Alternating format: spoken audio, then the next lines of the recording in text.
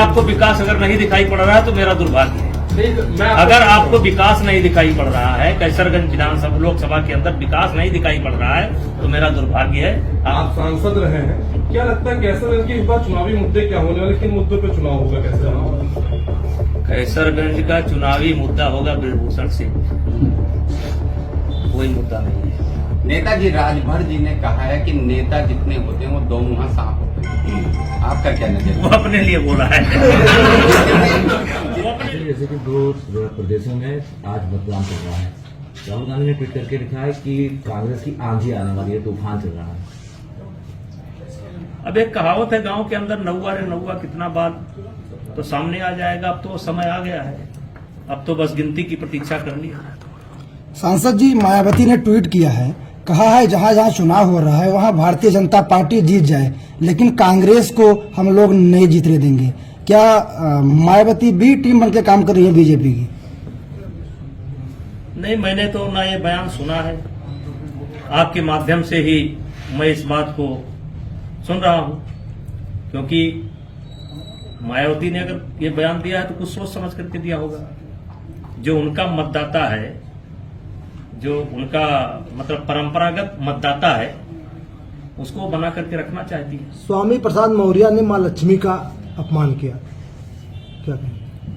यार, जो व्यक्ति रोज किसी का अपमान करता हो उसकी क्या चर्चा करता है? अखिलेश यादव की चुप्पी पर क्या कहेंगे इन पूरे मामले में? किस विषय पर?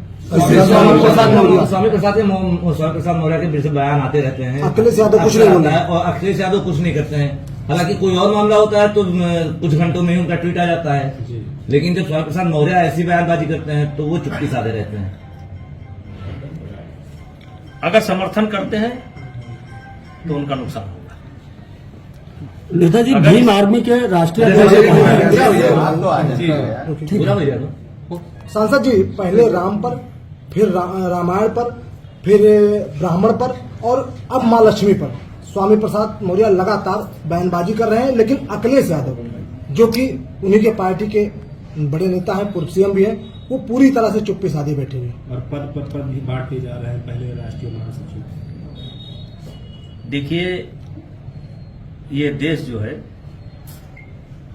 देवी देवताओं का अपमान सह नहीं पाएगा, और ये 1, 2, 4 वर्ष या 10 वर्ष या 5 वर्ष की व्यवस्था नहीं है।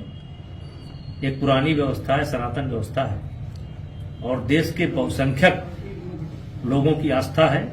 और यहाँ तो महालक्ष्मी छोड़ दीजिए, गणेश जी छोड़ दीजिए, हनुमान जी छोड़ दीजिए, हर गांव में कोई ना कोई देवता है। हम मंदिर को, जैसे नीम का पेड़ है उसको भी देवता मानते हैं, पीपल के पेड़ को भी देवता मानते हैं, और कुछ ना कुछ कल्पना करके वो करते हैं। तो जो इसका विरोध करेगा या जो समर्थन करेगा उसका नुकसान होगा। नेताजी राजभर जी ने कहा है कि नेता जितने होते हैं वो दो मुंहा सांप होते हैं, आपका क्या नजर? वो अपने लिए बोला है। वो अपने लिए बोला है। जाकी रही भावना जैसी, हर मूरत देखी तिन तैसी।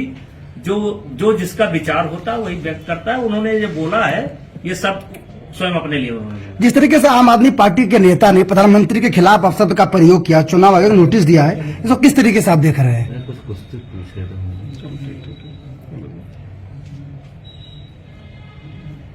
देखिए, प्रधानमंत्री के खिलाफ नहीं बोलेंगे तो बोलेंगे किसके खिलाफ?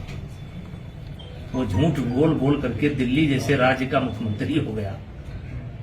4 लोग आए, बिजली के खंभे पर चढ़े, अन्ना आंदोलन में भाषण दिए, दिल्ली के सरकार बना लिए। सांसद, जिस तरीके से राजस्थान में लगातार रेप की घटनाएं बढ़ रही हैं, प्रियंका गांधी ने जहां जहां जनसभा किया आपको उन्होंने निशाने पर लिया, क्या कार्रवाई नहीं कर रही है बीजेपी, जबकि वहां पर घटनाएं हो रही है लगातार?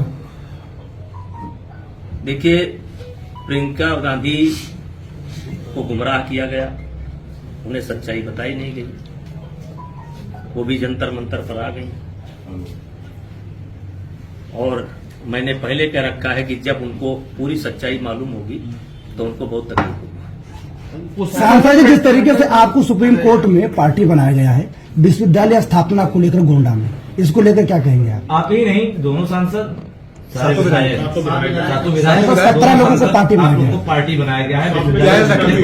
PIL दाखिल की गई है। किस विषय पर? विश्वविद्यालय का जो मुद्दा चल रहा था लगातार स्थापना कि पूरी। बलरामपुर चला गया है, बलरामपुर में जमीन खरीदी जा रही है, तो ऐसे में आपको कैसरगंज सांसद, गोंडा सांसद, सातों विधायक सभी को पार्टी बनाया गया है और याचिका दाखिल की गई है। वैसे अब याचिका की नोटिस आएगी, अगर याचिका दाखिल की गई है, पहले तो मैं आप लोगों के द्वारा ही सुन रहा हूं जी। कि कोई PIL दाखिल हुए सुप्रीम कोर्ट के अंदर। अब उसमें अगर पार्टी बनाना चाहिए था तो उत्तर प्रदेश सरकार को बनाया गया है। बनाई, तो उसमें हम नहीं समझ सकते हैं कि इसमें सांसद गोंडा की क्या भूमिका है, सांसद कैसरगंज की क्या भूमिका है, या अन्य विधायक की क्या भूमिका है।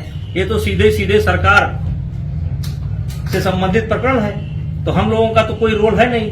अब हमको क्यों पार्टी बनाया गया या सांसद गोंडा को क्यों पार्टी बनाया गया, अब वो तो याचिकाकर्ता जानते होंगे। जब नोटिस मिलेगी जवाब दिया जाएगा। सांसद जी, जिस तरीके से लगातार अलीगढ़ यूनिवर्सिटी से ISI एजेंट निकल रहे हैं, क्या आप अलीगढ़ यूनिवर्सिटी आतंकी की राह पर चलना शुरू कर दी है?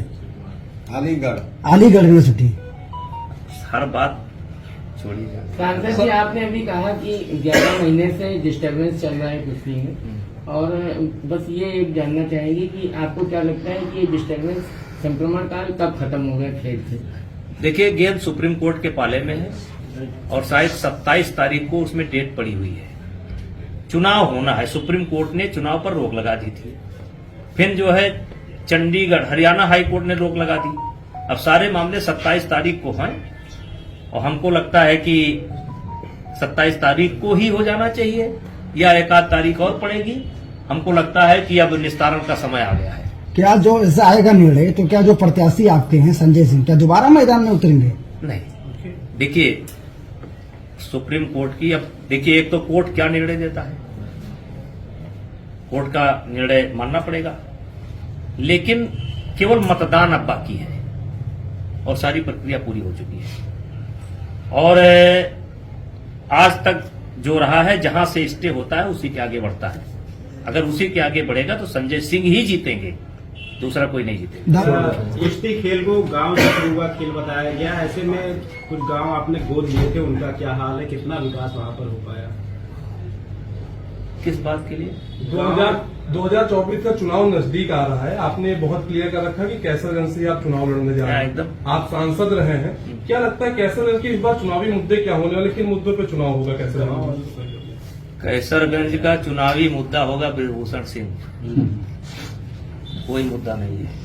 कोई जो विकास लड़ेगा, का, शिक्षा का कोई मुद्दा नहीं? नहीं, आपको विकास अगर नहीं दिखाई पड़ रहा है तो मेरा दुर्भाग्य है। नहीं, मैं अगर आपको विकास नहीं दिखाई पड़ रहा है, कैसरगंज विधानसभा लोकसभा के अंदर विकास नहीं दिखाई पड़ रहा है, तो मेरा दुर्भाग्य है। आप जाकर के देखिए, कैसरगंज लोकसभा से अच्छी सड़कें कहीं नहीं। 5 बड़े काम कैसरगंज में जो हुए हैं वो अब 5 बड़े हम ही जोड़ लिए।